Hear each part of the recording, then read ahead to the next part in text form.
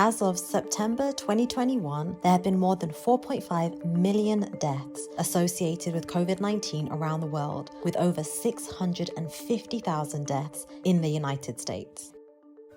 Hey everyone, I'm Dr. Seema Yasmin. I'm a doctor and a medical journalist at the Stanford Center for Health Education. I know there are a ton of questions out there about COVID-19, so today we're going back to basics to talk about what exactly are respiratory viruses, what are coronaviruses, and how do these bugs even spread?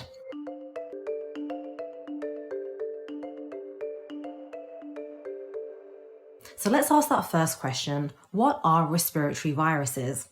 These are viruses that infect the organs that we use to breathe, including our upper respiratory tract, and that includes the nose, mouth, and throat, and the lower respiratory tract, which includes organs like the trachea and the lungs.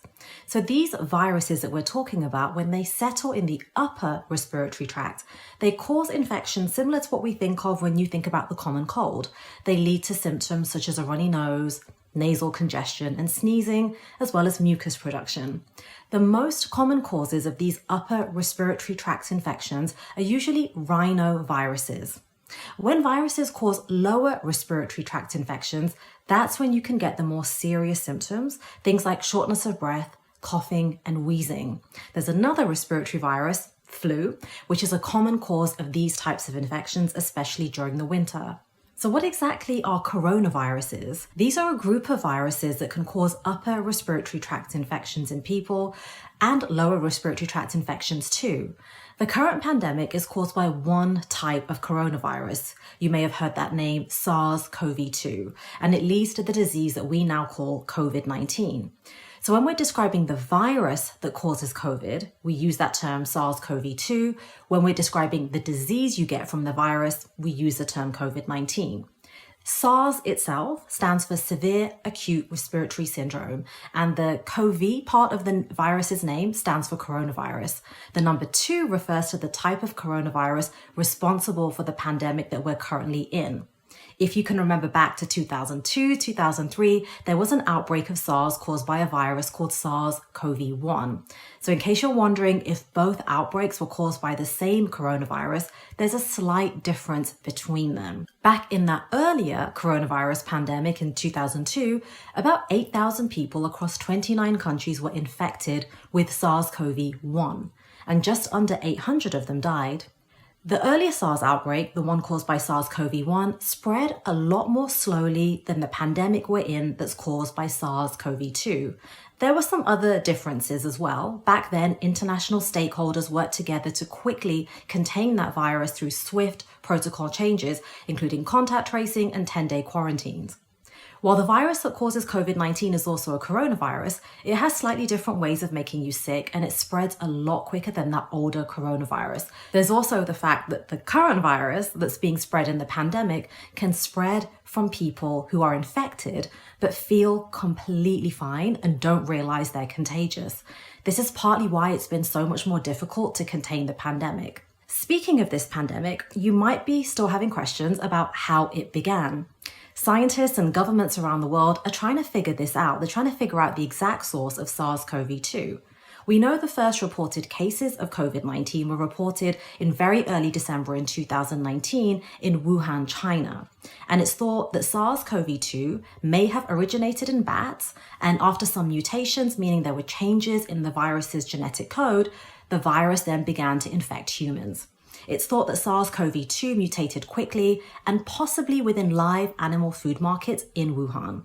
This theory makes sense because viruses that grow in crowded spaces have an easier time spreading from one animal to another, and they have plenty of opportunities to evolve mutations, which can help the viruses develop better ways of infecting humans.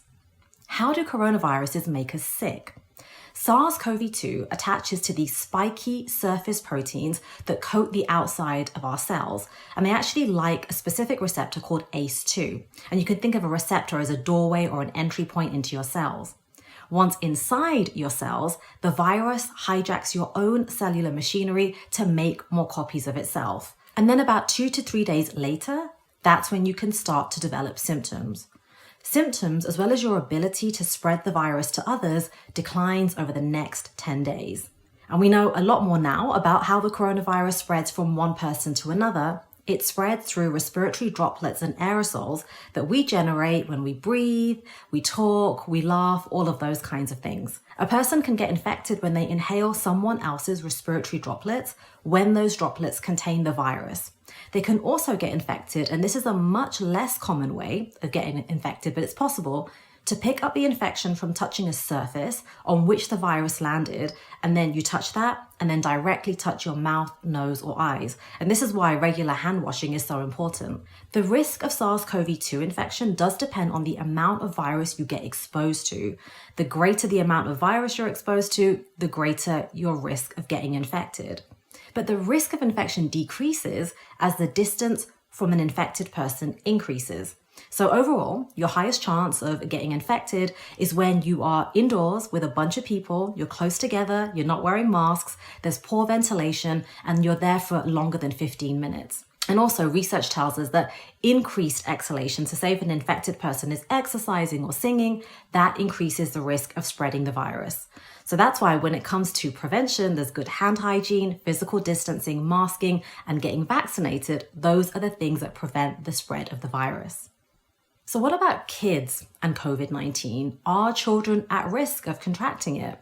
Well, kids are a lot less likely to get very sick with COVID-19, but they can definitely pick up the virus that causes the disease, and they can, of course, spread coronaviruses, including SARS-CoV-2, to other people. Most children who've gotten COVID have either had no symptoms or really mild symptoms, like a low-grade fever, tiredness, and cough. But it is possible, even though it's rare, for a kid to develop very severe complications of COVID. For example, some kids have become very ill with a condition that's called multisystem inflammatory syndrome in children, or MIS-C. And this can cause life-threatening complications in the heart and other organs in the body. We think this happens because a child's immune system can have a massive overreaction to the virus. Finally, how many people at this point have contracted the new coronavirus? As of September 2021, 219 million people around the world have contracted COVID-19. More than a third of the world's population has been fully vaccinated, but we need many more to get the vaccine so we can stop millions from becoming infected.